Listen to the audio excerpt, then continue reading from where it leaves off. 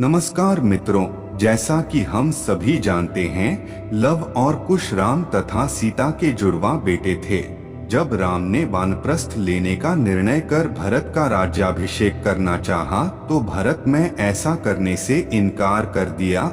दक्षिण कौशल प्रदेश, जिसको आज छत्तीसगढ़ के नाम से जाना जाता है, में कुश का और उत्तर कौशल में लव का राज्याभिषेक किया गया। राम ने कुश को दक्षिण कोसल, कुशस्थली और अयोध्या राज्य सौंपा, तो लव को पंजाब मिला। लव ने लाहौर को अपनी राजधानी बनाया। भरत के पुत्र तक्ष को आज का तक्षशिला के नाम से जाने वाला क्षेत्र मिला में, और पुष्करावती, जो आज पाकिस्तान के शहर पेशावर के नाम से जाना जाता है, में पुष्कर सिंहासनारूढ़ थे। हिमाचल में लक्ष्मण पुत्रों अंगद का अंगदपुर और चंद्रकेतु का चंद्रावती में शासन था, जबकि मथुरा में शत्रुघ्न के पुत्र सुबाहु का तथा भेलसा, जो आज मध्य प्रदेश का शहर विदिशा के नाम से जाना जाता है, में दूसरे पुत्र शत्रुघाती का शासन था। राम के शासन काल में भी कौशल राज्य उत्तर कौशल और दक्षिण कौशल में बंटा हुआ था।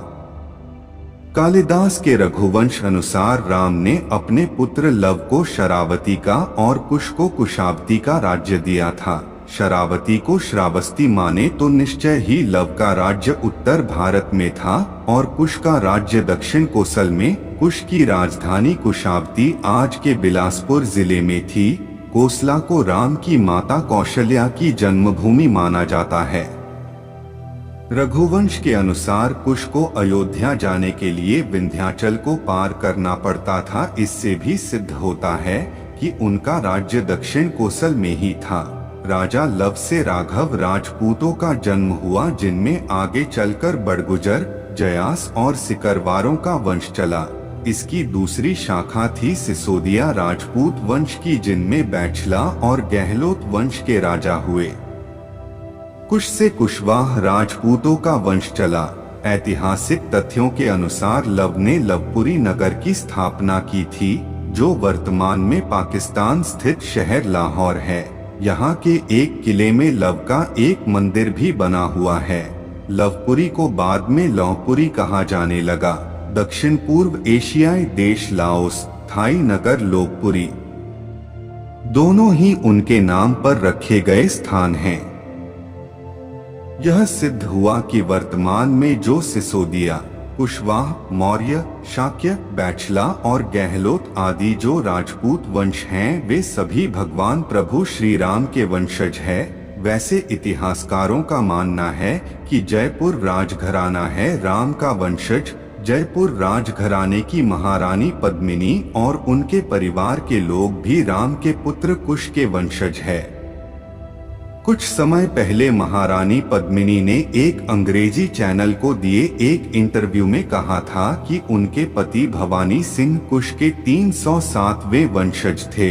इस घराने के इतिहास के बारे में बात की जाए तो 21 अगस्त 1921 को जन्मे महाराज मानसिंह ने 3 शादियां की थीं। मानसिंह की पहली पत्नी मरुधर कंवर, दूसरी पत्नी का नाम किशोर कंवर और मानन सिंह ने तीसरी शादी गायत्री देवी से की थी। महाराजा मानसिंह और उनकी पहली पत्नी से जन्मे पुत्र का नाम भवानी सिंह था।